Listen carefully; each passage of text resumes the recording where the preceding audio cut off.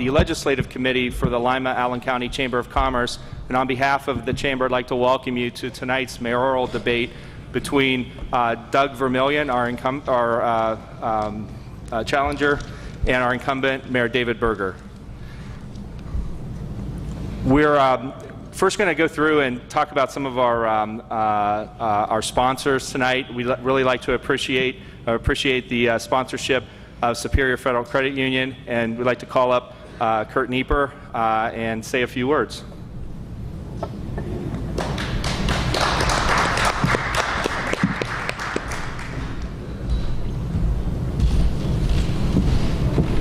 Thank you. On behalf of our board of directors, our management team and staff, and our more than 50,000 members at the credit union, I'd like to welcome everyone here this evening. I would also like to extend our appreciation to the Chamber of Commerce for hosting yet another great opportunity for the residents of Allen County and the City of Lima to get to know those that are looking and seeking to represent them. Thank you.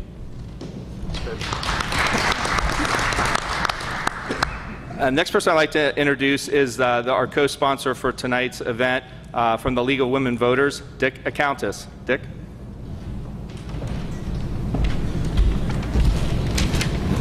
I noticed I didn't get an applause. And Kurt, you forgot the League of Women Voters too. So, okay. Ladies and gentlemen, distinguished candidates, and elected officials, the League would like to thank the Chamber again, Brian, for asking us to co-host this with them. We would like to thank Terry for all the work she does. And we'd like to invite people to join the League. We're always looking for new members. I think we'll be able to follow us on Facebook pretty soon. And I think that's about all I got to say. Thank you.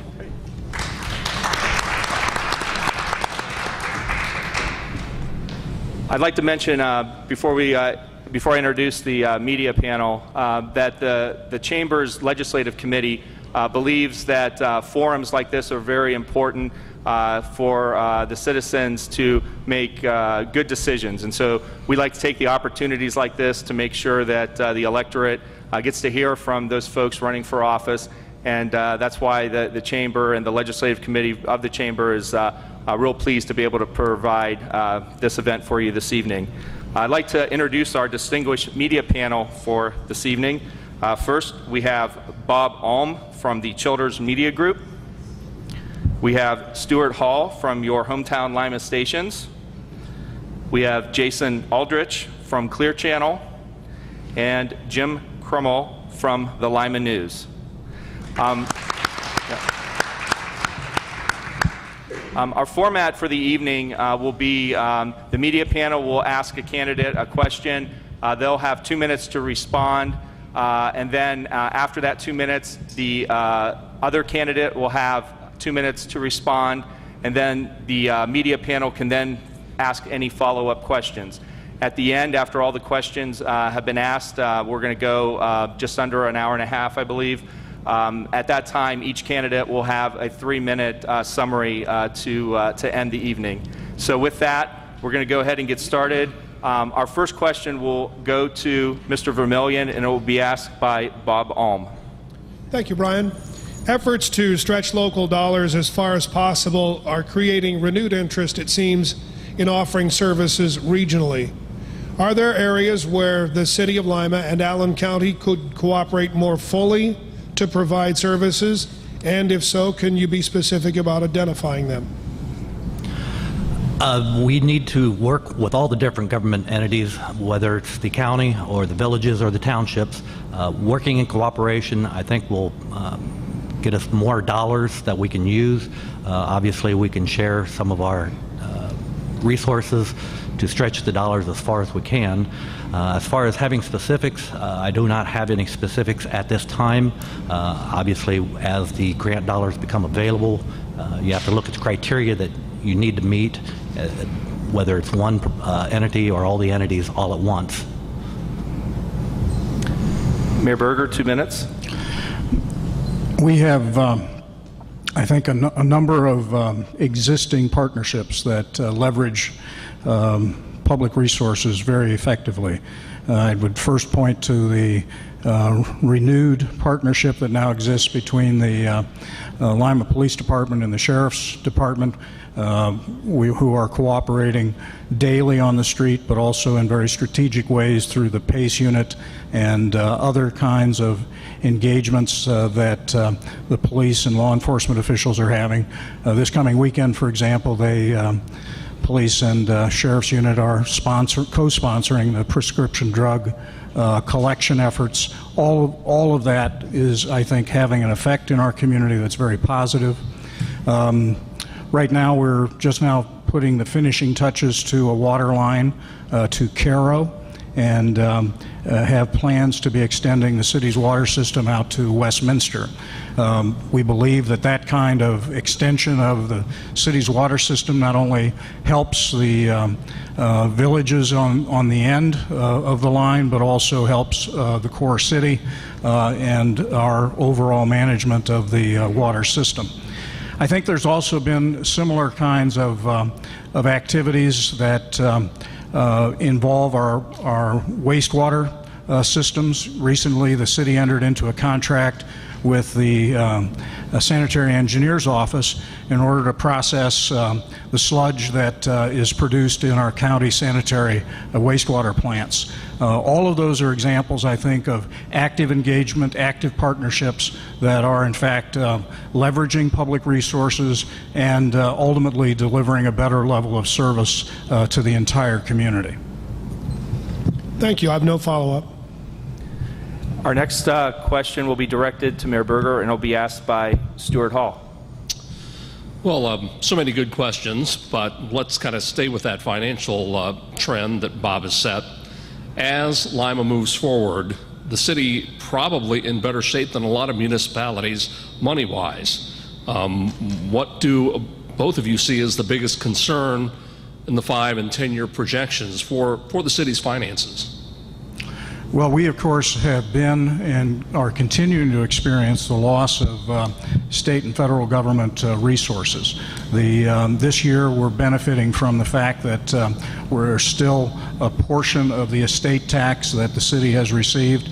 Next year, that is all gone. That used to amount to about $750,000 a year. We're continuing to see the erosion of local government funds from the state. And there has also been a reduction overall in federal resources, such as the Community Development Block Grant. So I think that erosion of state and federal money will continue, particularly given the paralysis or the overall the sequestration effects that are happening with the federal government. For us, that means that we have to continue to focus on priorities. We have to continue to compete for resources. We have to continue to manage what we have. One of the biggest, because the city essentially is a organization of people, 80% of our costs are people focused. We have to continue to be very conservative in our hiring practice, because that ultimately drives the process of cost escalation. One thing that we have been very successful in, and that we hope to continue to be successful in over the last 4 years, we have been managing our health care costs in such a way that we have gone about 4 years without significant inflation in our health care costs, and that has been a principal driver, I think, for most organizations that are looking out and forecasting what the impacts will be long term. So I think finding every nickel we can find, squeezing it as hard as we can, and using it as effectively as we can is something that we've done and that we will continue to do. Mr. Vermillion, 2 minutes. Again, like Mayor Berger said, the funds from the federal government and the state government, they're starting to dry up, so it's getting more competitive, which is why we need to work in cooperation with the different entities to get as many funds as we can. The other thing that I would like to focus on is bringing in some employment to our region. One, for our real estate taxes, and two, for our income taxes. The more people we can get to work, the more income the city will have, the more funds that we'll have to match whatever funds that are available through the state and federal government. So my priority is, one, getting our people back to work, and getting them back to work will generate funds for us. Our next question is directed to Mr. Vermillion, and it will come from Jason Aldrich. Doug, I guess I'll stay kind of with the same theme here on finance and business. What would your thoughts be on some industries that have not yet entered this market or the Lima area that maybe you would reach out to? Well, that's a very good question. I would have to look into some research and speak with some of the folks that are in the economic development industry to find out what our niche would be to try to attract those industries to our area. Again, it's going to take some time, it's going to take some research, and it's going to take a lot of talking. One, to show what our important and our strong points are, and two, to get them to look at us versus someone else. Mayor Berger, 2 minutes. Well, our community, the city, the county, the private sector has invested heavily in several areas for industrial parks, and we are positioned very well to take advantage of prospects in the food manufacturing industry, such as with the Kettle Creations plant, with process manufacturing, the ethanol plant, the variety of chemical businesses on the refinery campus, Procter & Gamble.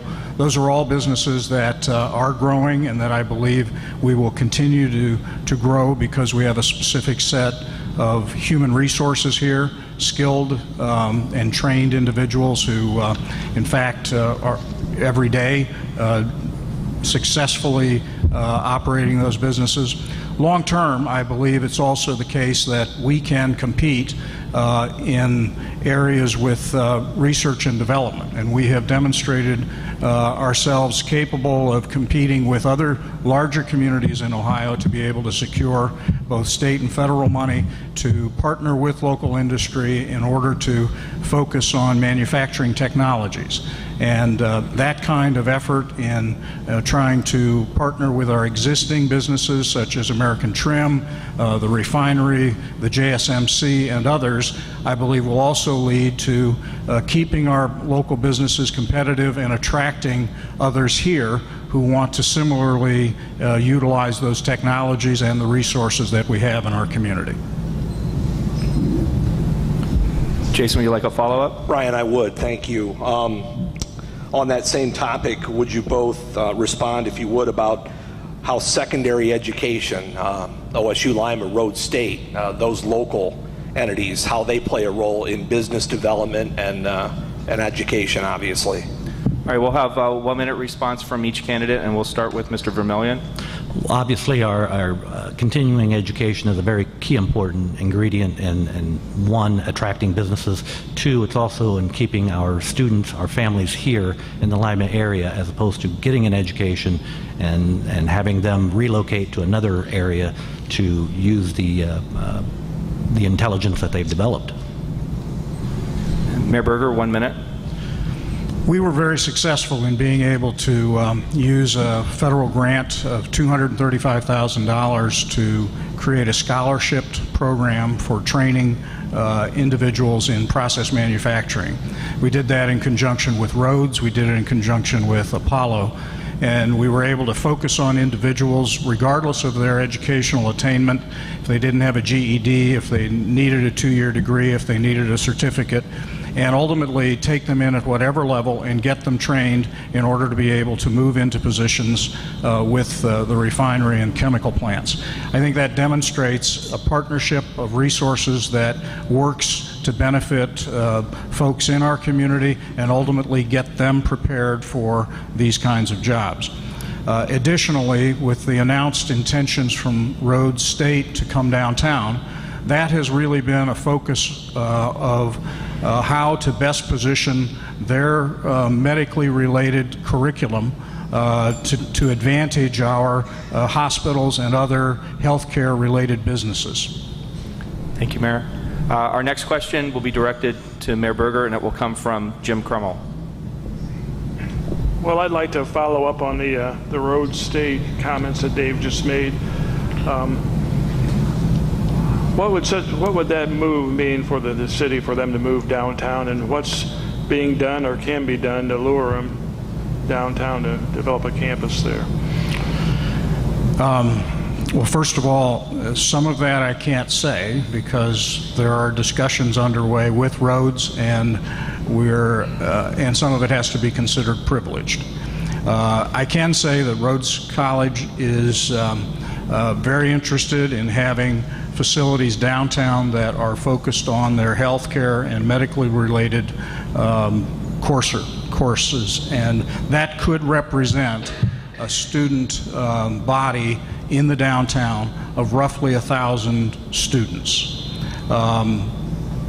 We believe that that kind of presence in the downtown would have a long-term beneficial economic impact here, stimulating lots of niche businesses, the potential of housing development in the downtown, and it would enhance the opportunity in our region for all of the medically related businesses. Allen County has over 10,000 people employed by our hospitals and other medical specialties. It's a huge part of our local economy, and all that we can do to facilitate the ongoing enrichment of that in terms of the human resources and the cooperation and the clinical availability of services in our community is something that we need to stay focused on. So the city is working with them closely. We intend to help them compete for resources in order to make that happen in the downtown, and we think it would have a very long-term beneficial impact. Mr. Vermillion, 2 minutes. Not only would I look for the education in the medical areas, I would try to expand it to other areas for whatever development we can get into. But as far as the medical goes, with it being downtown, obviously it's going to be centrally located between the two hospitals. We have medical facilities on the east and west side of town. We have smaller facilities on the south side of town. If we can teach our students and then they need to do their hands-on with the actual school being in downtown, it'll be more accessible to our students to go whichever direction they need to go to get their hands on. But again, I'm going to try to focus not only on the medical fields, but all other fields. Any follow-up from the panel? Our next question will go to Mr. Vermillion, and it will be asked by Bob Alm. Thank you, Brian. No government agency at the state or federal level has more power than the Environmental Protection Agency. State lawmakers, members of Congress routinely say they're going to work to bring the agency under control, yet the oppressive mandates continue. What can the mayor of Lima do to try to bring what some would call sanity to the agency and its regulations as they affect Lima? Well, you're absolutely correct. The EPA, in my opinion, has too much power. It seems that when whatever the issue might be, the EPA jumps in and basically does a knee-jerk reaction without thinking of the long-term effects that the knee-jerk reaction is going to put on the different entities that need to comply. The other thing I would do is when they do make a mandate, it's time to start looking immediately at what it's going to take to come into compliance, not wait till the last minute and then basically do the same thing, have a knee-jerk reaction on trying to get into compliance, or throwing their hands up and basically stating, we can't do it, you're not giving us the money to do it. Obviously, the EPA does give an extended amount of time for compliance.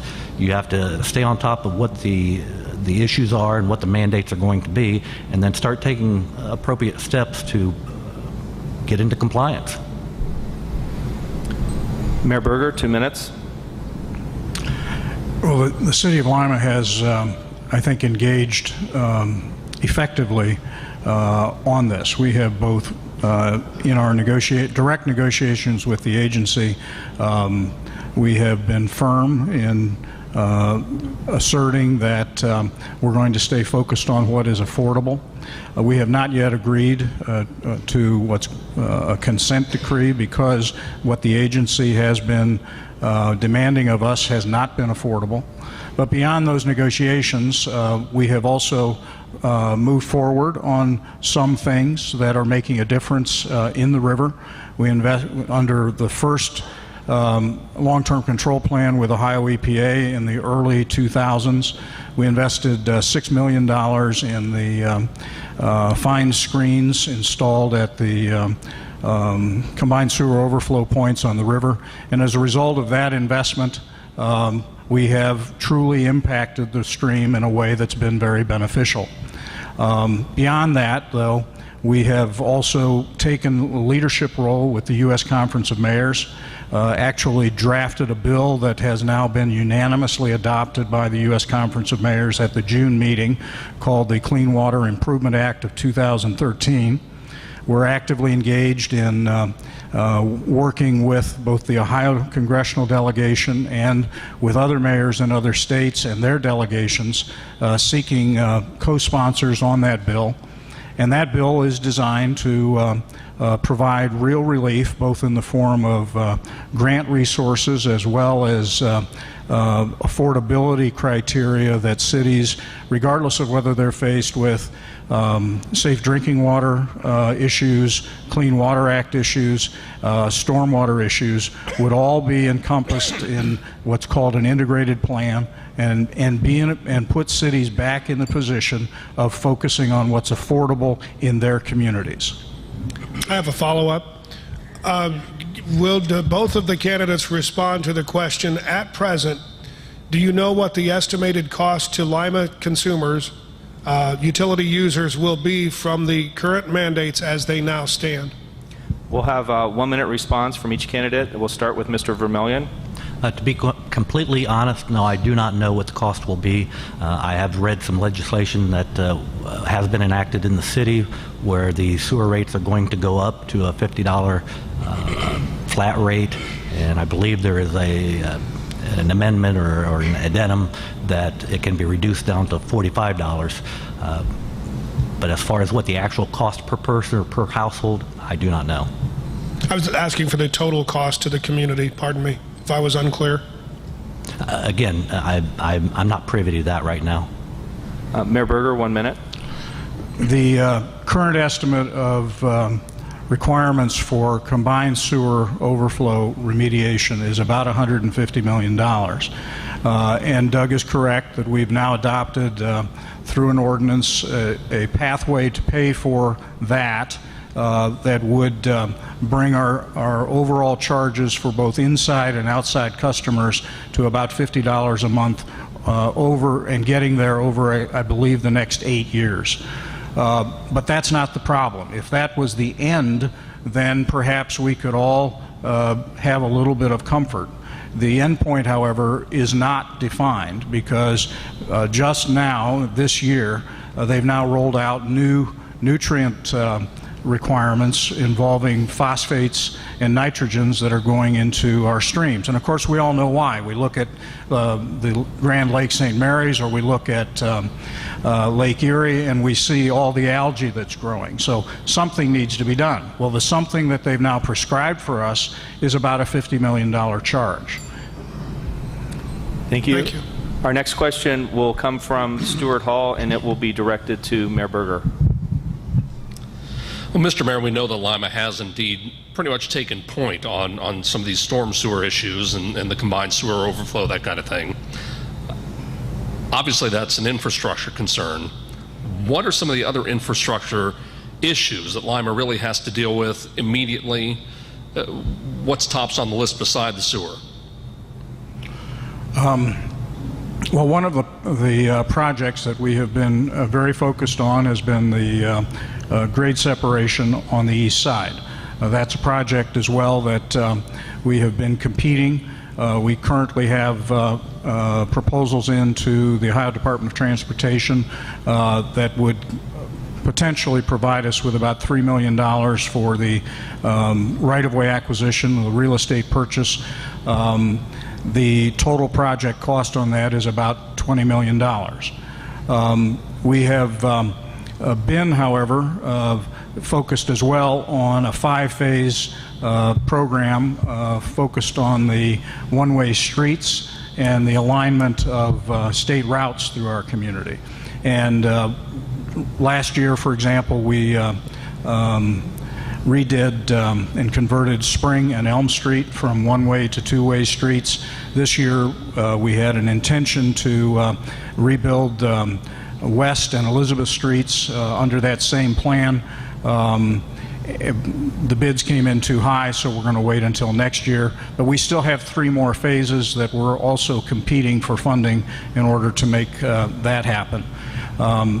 The overall condition, I think, of streets, curbs, and gutters in our community needs to continue to have attention. This is not just for aesthetic purposes, it's part of the stormwater collection system. And long-term, we need to figure out how we're going to be able to do that, not just along our major routes, but also in our residential neighborhoods where much of that has been crumbling for decades. And we need to figure out a way to deal with that in order to keep our stormwater system functioning at optimal levels. Mr. Vermillion, 2 minutes. Again, the priority would be for the sewer collection systems, whether it's sanitary or stormwater, and our water distribution systems. To attract our businesses, we have to have reliable infrastructure in those areas so that we don't have a breakdown when they're relying on our resources to do their job.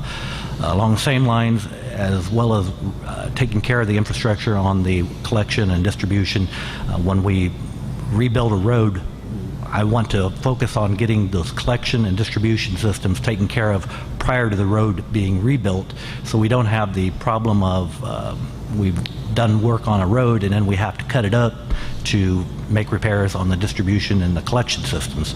Along the same route, if we have reliable roads, streets and curbs, when we do have inclement weather and the melting and what have you, we have a way of getting that stormwater out of the street to make the streets passable safely.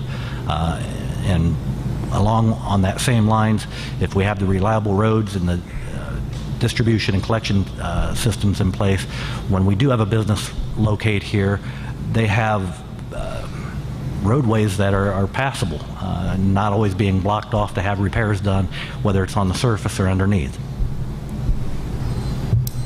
I do have a follow-up. And do you think the average citizen sort of tends to tune out on the infrastructure issue if it doesn't immediately affect them, like the road in front of their house or their pathway to work?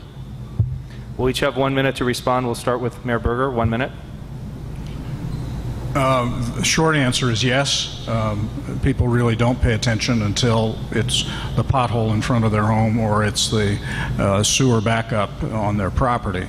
But I think that we've had some projects that have been very public and I think dramatic in the improvements that have been achieved. And you look at the rebuild of Elm Street from Woodlawn to Cable Road. I think lots of people saw that. I mean, everybody understood that the condition of that section of road forever, without curbs and gutters, without sidewalks, and now its appearance and overall improvement for the community, I think, is pretty dramatic. Certainly for those residents along the roadway, it's been one of those kind of slap in the face moments, because now they can walk to church if they go to St. Charles, for example. And I think that all of that ties as well to the overall theme that's developing around active lifestyles that's now being championed by Activate Allen County. You know, what we build and how we build things in our community makes a difference not just to us, it also makes a difference to our neighbors, the ability of children to get through our neighborhoods and walk to school and the like. Mr. Vermillion, 1 minute. Again, I'll agree with Dave. He's absolutely correct. If it doesn't affect you, you probably won't pay attention to it. My goal is, I don't want you to pay attention to it. I want to pay attention to it. I don't want a sewer backup. I don't, because we've had to make those repairs on our roadways. So again, it looks nice, but more importantly, it does what it needs to do. That way you don't have to worry about it. Our next question will come from Jason Aldridge, and it will be directed to Mr. Vermillion. Doug, interested to get your stance on the issue of home demolitions within the city. Are there things in this area that you would do differently than what's been done over the years in order to improve neighborhoods and home property values? Well, that's a very good question. And I'll go back to, if we can get our citizens back to work, instead of having the dilapidated housings, I want people to live in the houses and take care of the houses. I want them to be able to own the house, and that way they have some responsibility to take care of their property, what they've worked for. So hopefully I'm answering your question. As far as the dilapidated houses, first I'd like to try and get people living in them, and if there is a situation where the house is in disrepair and it needs to come down, we'll look at what avenues need to be pursued to get the property taken care of. Mayor Berger, 2 minutes. Well, in the normal year, the City of Lima had about $30,000 to be able to do housing demolition.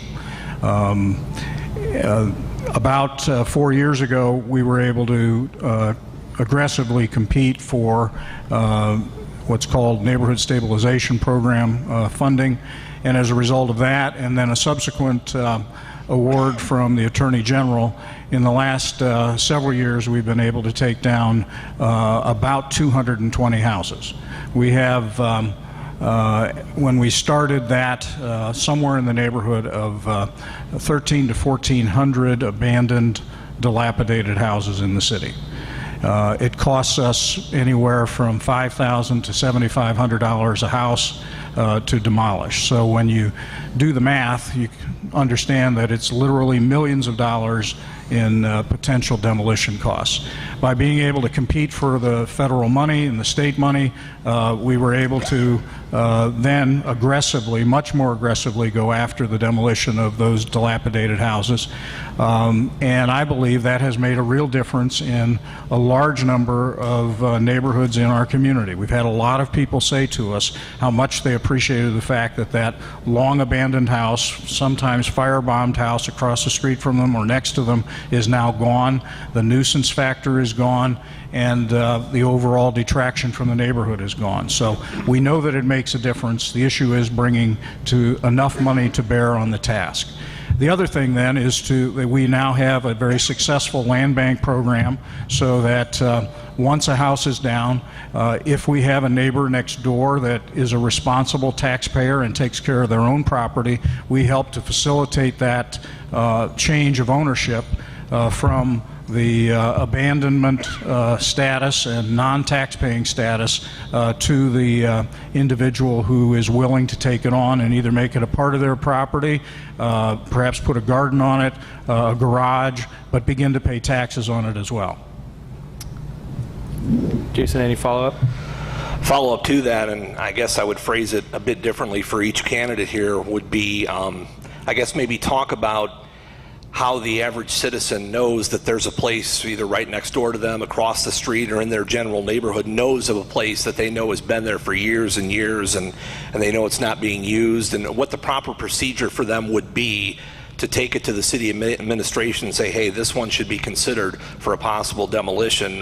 Doug, maybe you could answer how you would handle that. Mayor Berger, you can maybe answer that, how you have handled that and will in the future. Mr. Vermillion, 1 minute. I believe that we have the Department of Community Development. If we make, or a citizen makes a complaint to those folks, they should be able to pick up the ball and find out what procedures need to be followed, whether it be demolished, whether somebody wants to purchase the property, whatever the case may be, that if it's a neighbor, if they want it, if the city already owns it, then establish with that person what the proper steps are to acquire it. Mayor Berger, 1 minute. Well, first of all, the city does not own these properties. I mean, we're talking here about an abandoned set of, we're talking about property owners that have completely defaulted. Some of them have died, some of them have moved away. They're simply no longer taking care of a piece of property. They're not only not taking care of it, they're not care of the taxes. Often we are contacted, somebody calls my office, they call the community development office, they call the building department. We do have, this is a responsibility of the building commissioner to actually do an assessment of the physical status and determine whether the property needs to be demolished. Once that is done, then it's put in a list, and they are prioritized based upon the status, the health and public safety issues associated with it.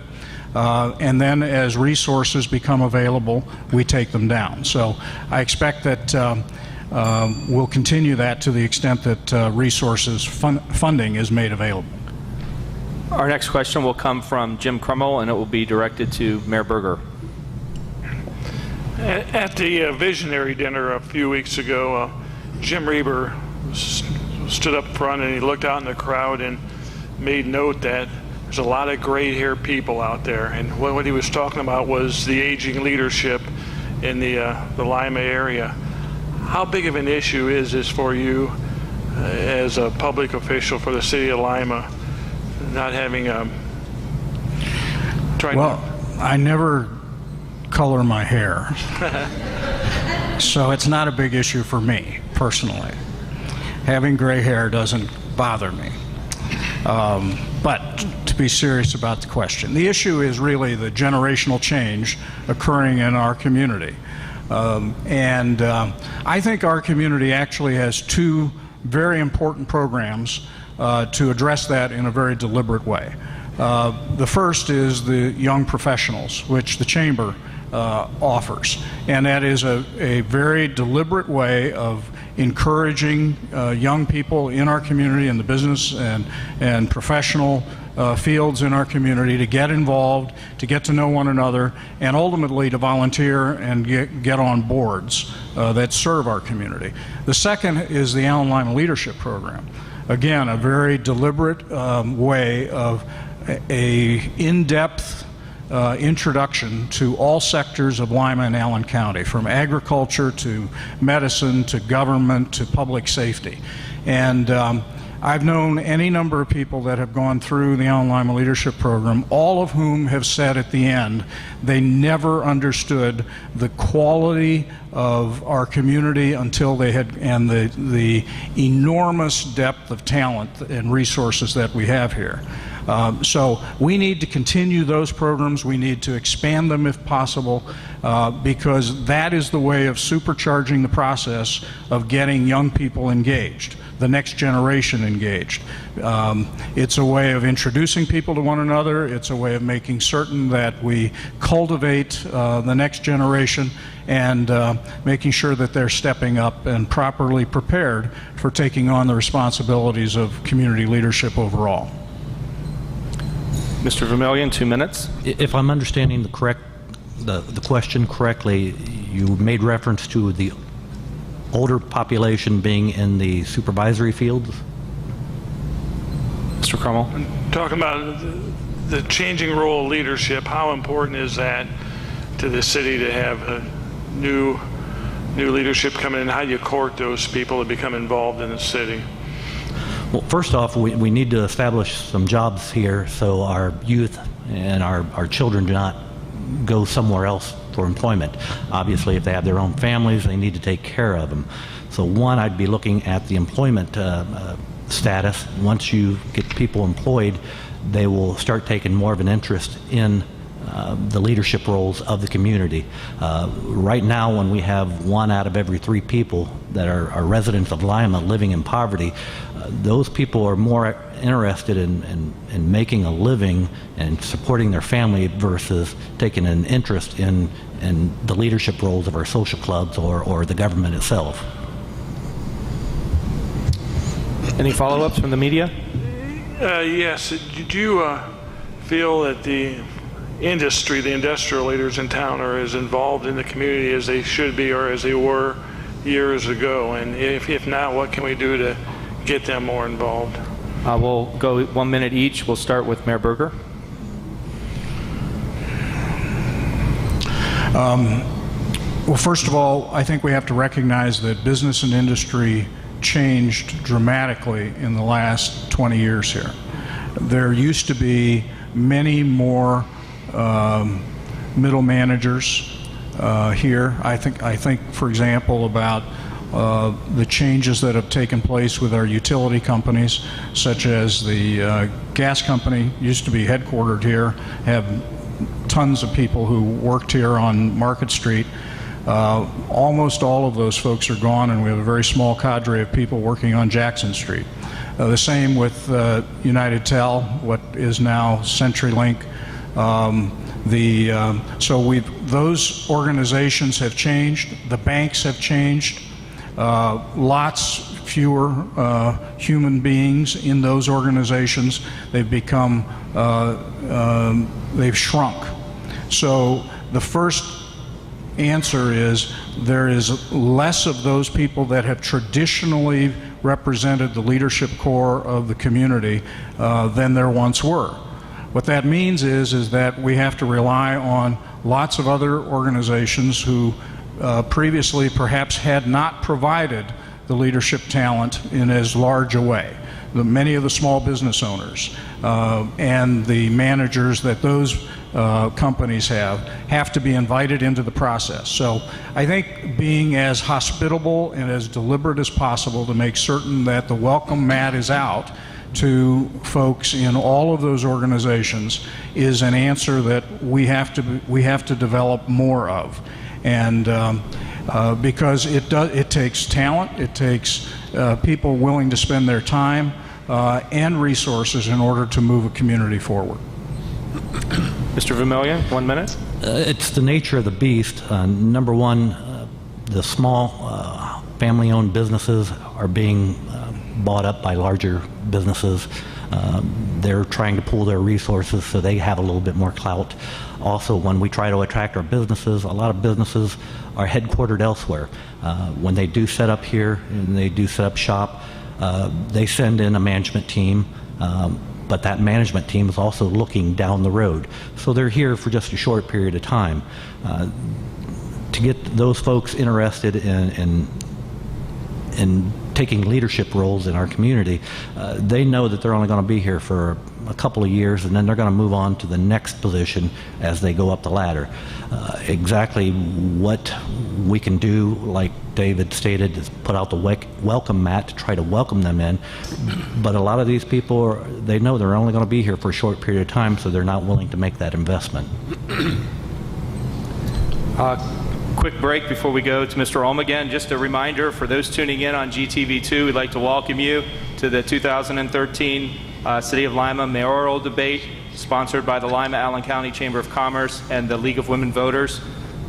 We have our next question coming from Bob Olm, and it will be directed to Mr. Vermillion. Thank you, Brian. Lima's budget, its employment numbers, make it one of the region's larger employers. What uniquely qualifies you to be the CEO? Well, I've actually been in the trenches. I've started out with the City of Lima at an entry-level position. I've worked myself up to a position of a middle manager. I know what it's like to look at the possibilities of cutbacks. I know what it's like when your supervisors tell you have to cut back as far as resources and make the most of what you have or do it all with nothing. I've been there. I've done that. I think as a CEO, I know what it is like for people to do more with less, and I think we can do more with less. Mayor Berger, 2 minutes. Well, I've been fortunate to be elected to this position now 6 times. And we have just come through the most difficult long-term economic downturn since the Great Depression. And the folks that work with me in the city administration, city council, we have all worked hard in order to assure that we came out of this stronger than we went into it. And that is, in fact, exactly what we did. We began ahead of the Great Recession to shrink the city workforce. We took it from 530 personnel down to about 350. We did that by reorganizing departments. We did that by cross-functional training. We did that by reimagining the work and getting it done. And as a result, the city's general fund went from roughly an 8% carryover to a 30% carryover. The national average for municipalities is a 25% carryover. So we are better than the national average coming out of the Great Recession. So I believe that what qualifies me to be the CEO of the city is that successful track record.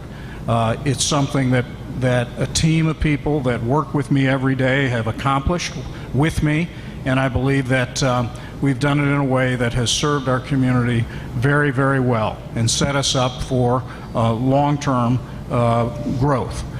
We also, at the same time that we managed all of that, we undertook over the last 4 years the most aggressive capital spending program in the history of the city.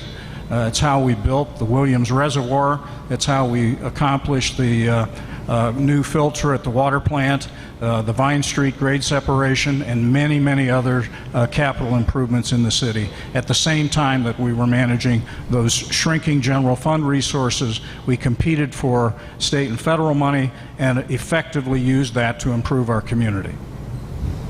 Bob, any follow-up? No, thank you. Our next question comes from Stuart Hall, and it will be directed to Mayor Berger. If you are both being CEOs, you obviously have so many different job titles under that main title: economic development, human resources, and on and on. How do you see, I guess, how do you rate those different jobs? What comes in at the top position as mayor? Is it the human resources? Is it drawing new business to the city? Is it managing the business, keeping the business we have? Well, the city's, the role of the mayor of the City of Lima is both an internal role and an external role. And the internal role focuses on all of what I just described in terms of working with a team of administrators to manage a set of resources that we have. But beyond that, I think that the role of community leader in tandem with other community leaders is a very important one. And it's one that I've taken very seriously, and I believe that we've succeeded at. So that the kinds of things that we have undertaken to protect our industrial base over the last 15 years, I believe, is a great example of how our community can work together. If we didn't have a refinery task force that I helped to lead, we would not have the Lima refinery and all of that investment that's now occurring out there. If we didn't have a task force Lima focused on the tank plant, we would have lost that in the last BRAC. If we didn't have a auto task force that I chair, we would have, I believe, seen a much more disruptive circumstance in terms of the auto industry in our region coming out of the auto bailout. So I think that that role of working with others in the community in order to focus on priority needs is just as important as the internal management tasks that the mayor as CEO also has. And one of those that we're now engaged in is Activate Allen County. It's a call to our community to really take seriously the fact that we're rated 83 out of 88 counties in Ohio. And that is not 83 at a high level, it's 83 at the bottom. And that's a judgment on our obesity, on our smoking habits, on our overall health and well-being. We need to understand that the long term for our children, unless we make dramatic changes throughout the county, will be much worse. Our children will have lives that are shorter and less well off than ours unless we take seriously those health and lifestyle changes. So that's a role that I'm also engaged in and helping to pursue. So again, I would say that those external roles of leadership are as important as the internal management roles. Mr. Vermillion, 2 minutes. If I understood your question correctly, each and every appointee is very important, whether it's in the economic development side of it, the human resources side of it, the Department of Community Development. Each one has a very important role. They all are a priority. We are in the business of service, and part of that service is we need to make sure, one, our employees are able to do the jobs that they need to do, and two, when our residents have a condition in their neighborhood that needs addressed, we need the role of the Department of Community Development Director to step in and make sure that that is solved. Along those same lines, when you open your spigot, you want clean, safe drinking water. When you flush your toilet, you want to know that your sewage is going somewhere and being processed safely, and it's not destroying your environment. Along those same lines with the environment, when you go to the park, you don't want what you just flushed down the toilet to be tainting where you and your family are going for recreation purposes. Along Dave's lines, yes, on the outside, we still need the leadership roles, whether it be myself or whether it be a position in the administration that would take care of that, to spearhead what we need to do on the outside with other agencies. Any follow-up? Our next question will be directed to Mr. Vermillion, and it will come from Jason Aldridge. I want to touch on crime numbers here, and these are obviously numbers that tend to fluctuate. Some neighborhoods see improvement, some see them go down, with reported crimes getting worse in their specific areas. Any specific policies you have as mayor or as possible mayor to deal with getting crime numbers to consistently go down within the city? Obviously, we need to work with all the other law enforcement agencies, whether it's the county, the villages, the townships, the state, whether it's BCI&I. We need to work in cooperation. All those agencies have the same enemy, criminals. And once we have those apprehended and sent to the courts, we need to be able to back up our judges so they can actually administer sentences to deter crime and to rehabilitate these folks that have a problem with obeying the law. Mayor Berger, 2 minutes. Well, we've been very fortunate in the last several years, and really for, I think, some very specific reasons. We now have a new sheriff who is willing to work with the Lima Police Department, and as a result of that, in the last 4.5 years, we have seen a consistent downturn in the overall serious crime numbers in our community, with that now dipping to more than 20% over the last 4 years. That's not a one-time event. That's a 4+ year trend, which I think is the community should be applauding.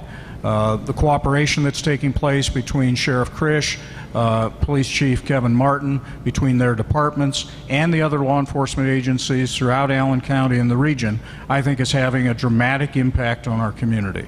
In addition to that partnership, the police department has also been very focused on what's called pinpoint policing, the opportunity to both capture data about where crime is taking place, to analyze that, and ultimately to target those limited police resources to the areas where things are happening, and attack it not just on a reactive basis on a call that's come in, but instead by going out and attempting to deal with the folks that are causing the problem across multiple shifts.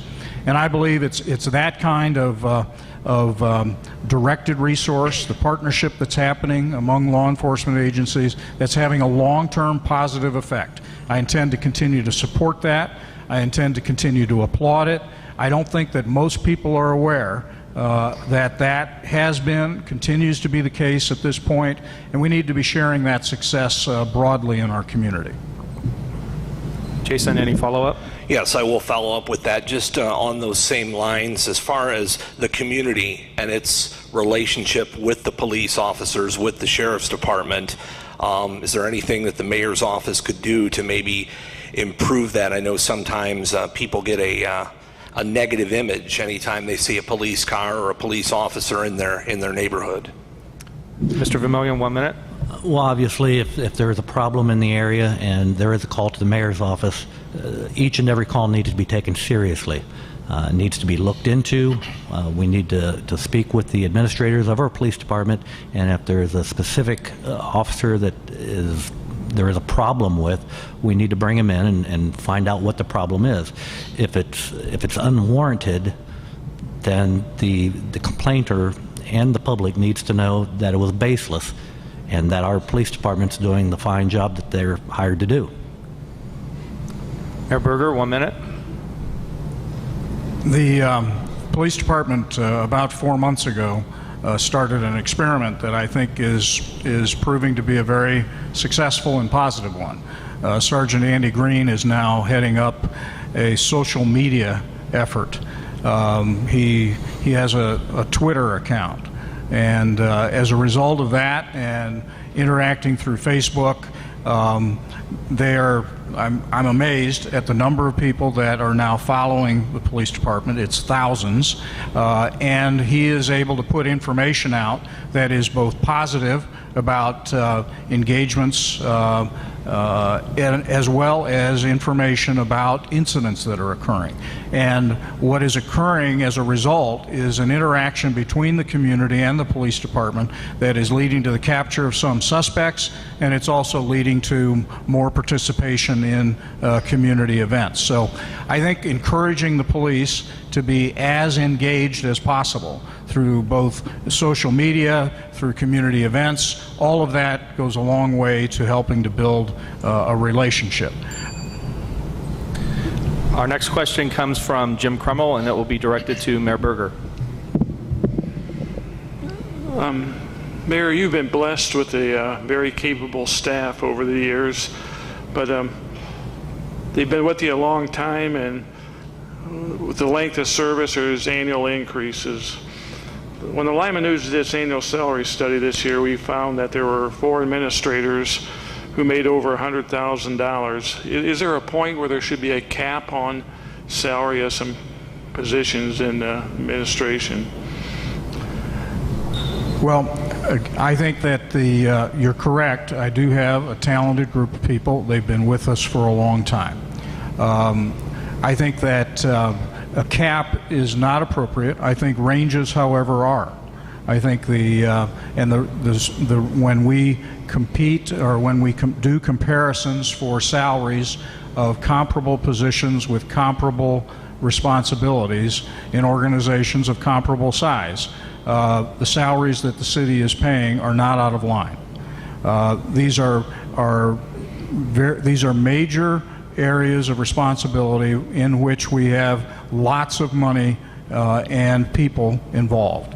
It is not something that it is not a set of skills that can be learned overnight. It requires the kind of experience and talent that the city has in its employ. And I believe that the proof of that is in what's being accomplished. If you look at what's been accomplished and how well the city is being run, I would say that taxpayers are getting good value for the investment in the human resources and the administrators and the overall city workforce that we have. We pay good salary and benefits to all of our employees, and we expect good results from that investment. And I believe, again, the proof is in what's getting accomplished. Mr. Vermillion, 2 minutes. I'll start off with an automatic pay raise every year just because you hold a position. I don't agree with. I don't believe there's many folks in this room that have an automatic pay raise every year just because that time of the calendar comes around. When you have 1 in 3 people that are living below the poverty rate and we have an unemployment rate of over 20%, I don't believe that our administrators should be basically rewarded when those kind of numbers are coming out. That's unacceptable. Now, if our employment rate was minimal, if we didn't have as many people as we have living below the poverty rate,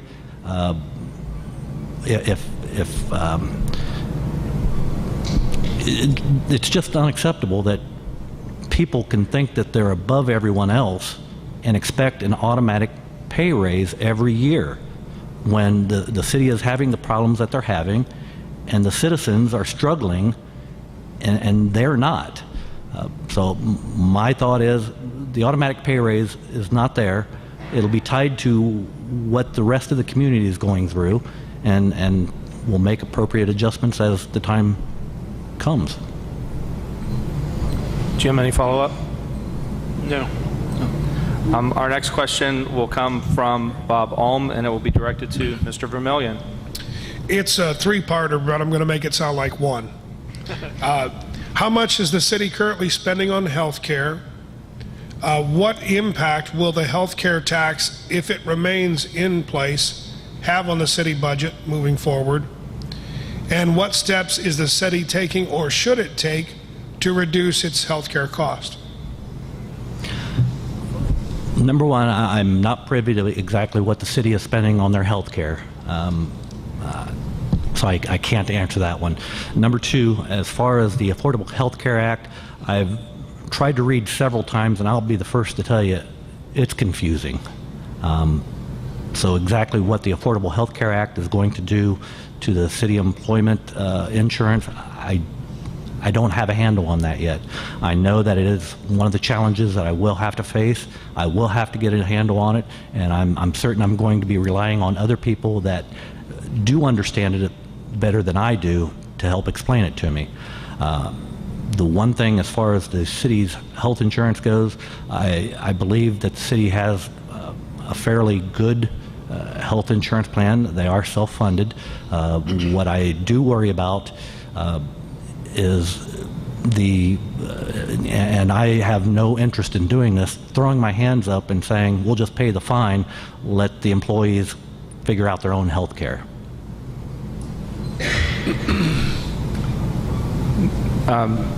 Mayor Berger, 2 minutes. The city is self-funded. Our annual budget for that is $5.5 million.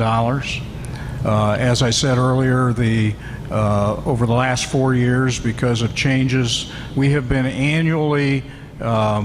negotiating with all 4 of the city unions to gradually increase the co-pays and participation rates with our employees, and we are now at a point where those negotiated shiftings now saves the city about $2 million a year. The Affordable Health Care Act has for us some cost implications, but they're minimal.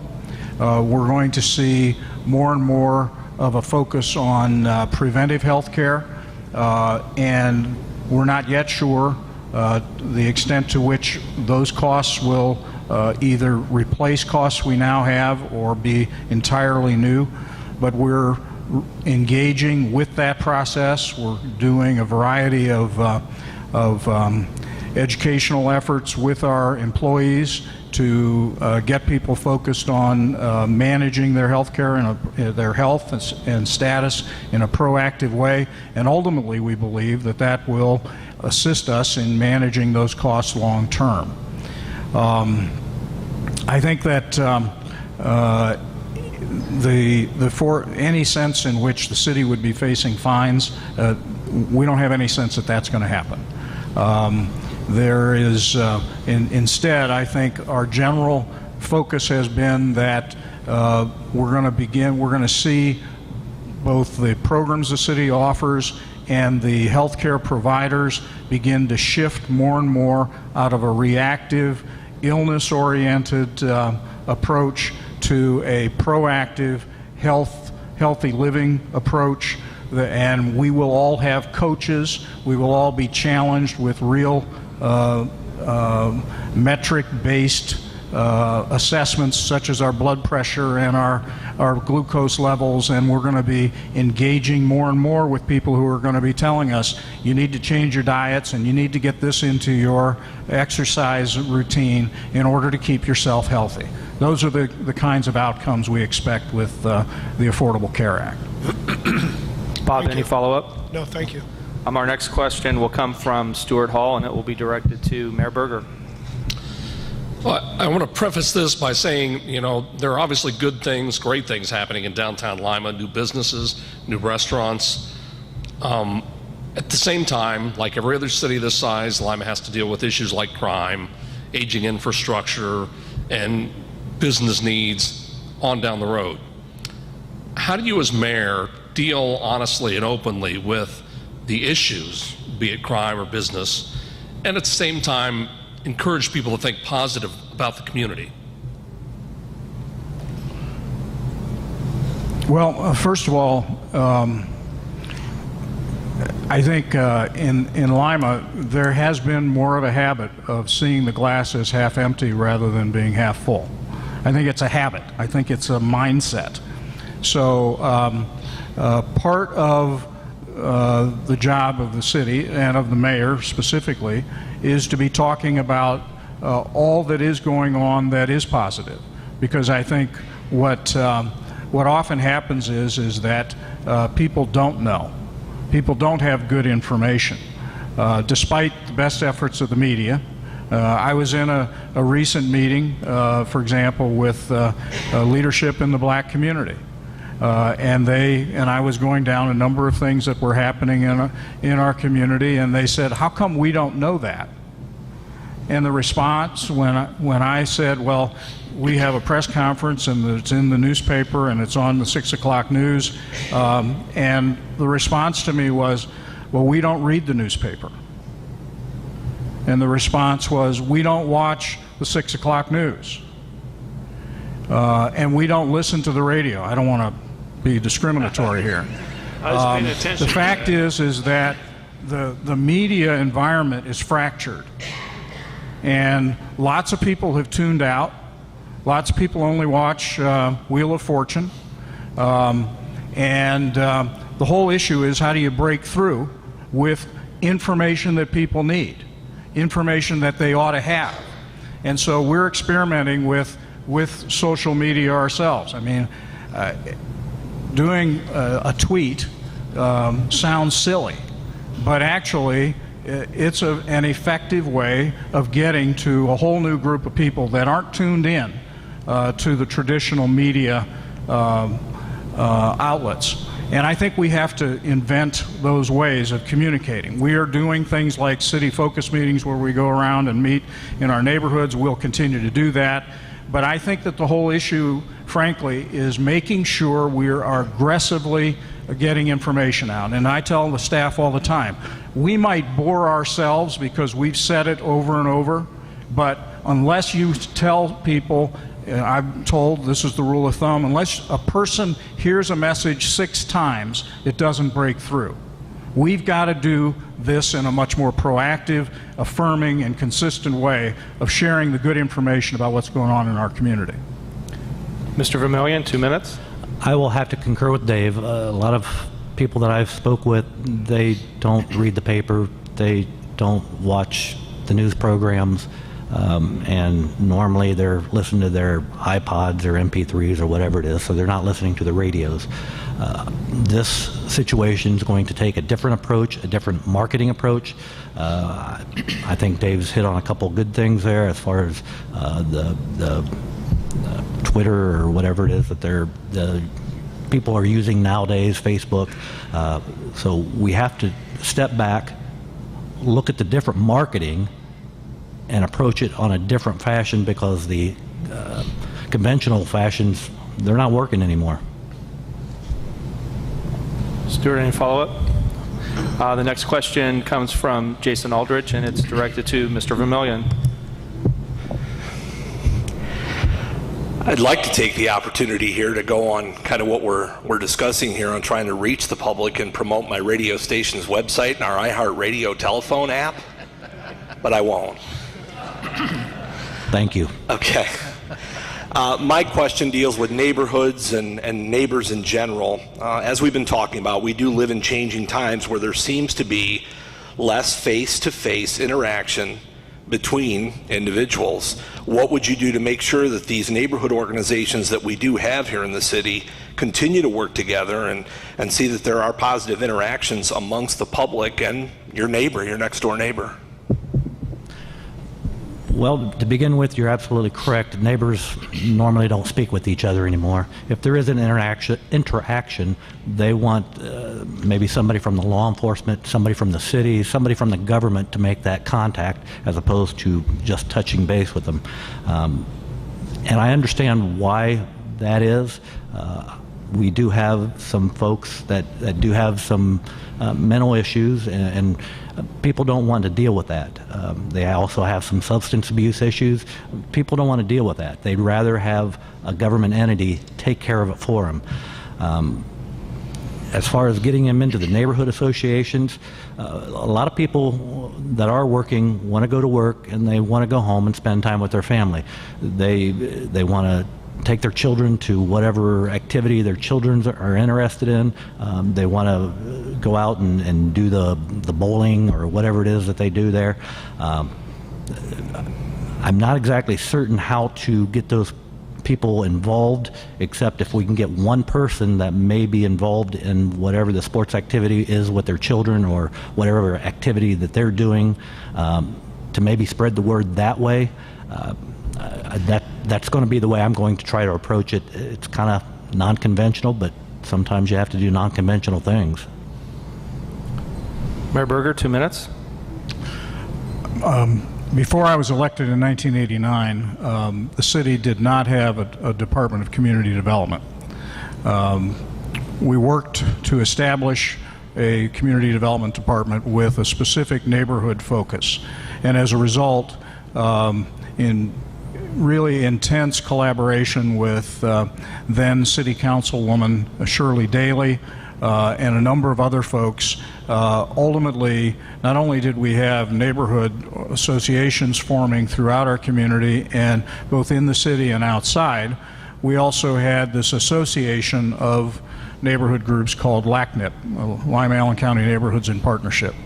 And that organization is one that the city has been supporting very directly, as well as the individual neighborhoods. And by support, I mean we have a staff person who in fact works very closely with them to help them plan the wide-ranging set of activities that are going on all over our community. That includes what's called the Care Academy.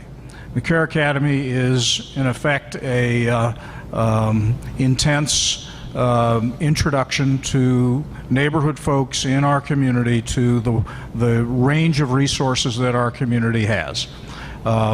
It also includes the recent support that City Council agreed with in allowing the West Side Fire Station to become the resource center for LACNIP. That kind of, I think, support of grassroots organization and people is what we need to do, and we need to continue to do it in order to assure that people throughout our community can network, can partner with one another, and ultimately can focus on the quality of life issues happening in every neighborhood in our community. So, any follow-up on that? No, thank you. All right. That concludes the media panel questions. Reached our time limit. We're going to now hear some closing statements from each of the candidates. There'll be 3 minutes, and we're going to start with Mayor Berger, and he'll have 3 minutes to conclude. Thank you. Okay. 3 minutes are up. That was quick.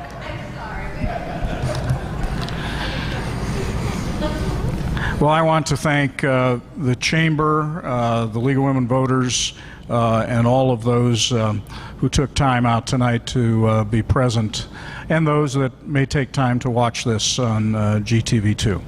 The position of the mayor of the City of Lima, I believe, is a very important one for our entire community, not just the city, but the metropolitan community as well. It's a position that I believe has long-term impact on the quality of life of every individual in Lima, Ohio. I've been very privileged over these past 24 years to have been elected 6 times and been supported in our community broadly. I've been very privileged to have a team of people that has worked with me throughout that time, both administrators as well as community leaders who have been willing to focus on our most serious problems and just truly attack them with a vigor and a care and a pride that I think has mattered for our community. Every day I get up and the energy starts pumping, the adrenaline starts going, and I'm at the office ready to go to work. And that same energy and focus was there on the first day that I was elected, and is still there today. I believe that over the next 4 years, we still have much to do to continue to move Lima forward in a way that matters to people throughout our community in every neighborhood. The kinds of improvements that we're making, the overall focus on the quality of life in our community, I think matters to everyone in this room and everyone in metropolitan Lima. So I am, as I have always in the past, this to me is a very public job interview. It's one that I have always taken seriously. I am offering my services once again to our community. I'm hopeful that folks have seen value in the work that my administration has been able to accomplish, and I am asking once again for support on November 5th. Thank you very much. Thank you, Mayor. Mr. Vermillion, 3 minutes. As you've noticed, I don't have a campaign committee, nor have I been endorsed by any individuals or organizations. I have, in fact, spoke with some different individuals and organizations, and I understand what they're focused on, but my reply to them has always been my priority is always going to be the Lima citizens and their concerns. Over the past 23 years, Lima has endured a declining population. During the past 8 years, Lima's median household income level has decreased. The unemployment rates skyrocketed to over 20%. 1 in every 3 residents of the city of Lima now lives below the poverty level. The current administration has been in control for over 23 years now. Yes, every city does have its problems, but we've had problems from day one that haven't been addressed. And I can't believe in the next 4 years that those problems that have been here will be addressed. Right now, I've received a copy of Mayor Berger's campaign literature, and I want to take that, and I got a lesson in Mayor Math 101. Right now, the estimated population of Lima is 38,339. The estimated persons over the age of 18 is 24.8%, which equates to about 9,500 people. Estimated population over the age of 65 is 11.4%, which estimates out to about 4,370 people. So between the ages of 18, the working population, we're looking at a number of 24,461. Right now, there's 20.2% unemployment rate, which estimates out to about 4,941 persons. So the working population right now is 19,520. In the literature that was sent to me, Dave has taken responsibility for 12,000 jobs. If you do the math, there's not very many jobs that he's not claiming responsibility for. I derive this information from Lima Overview 01-2513 and the U.S. Department of Commerce. We, the citizens, are ultimately responsible for the actions of our elected officials.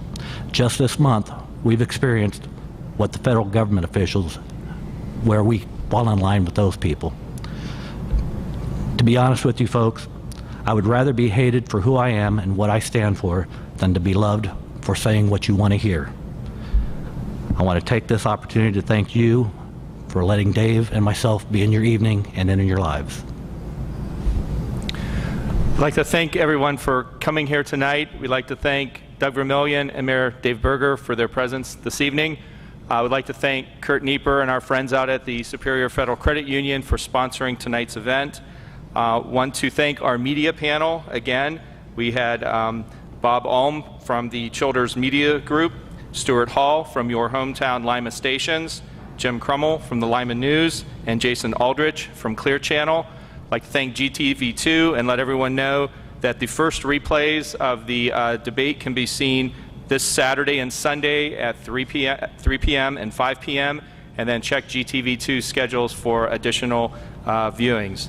Again, we'd like to thank Terry and all the folks at the Lima-Allen County Chamber of Commerce and our co-sponsors, the League of Women Voters. Thank you all very much. Good night.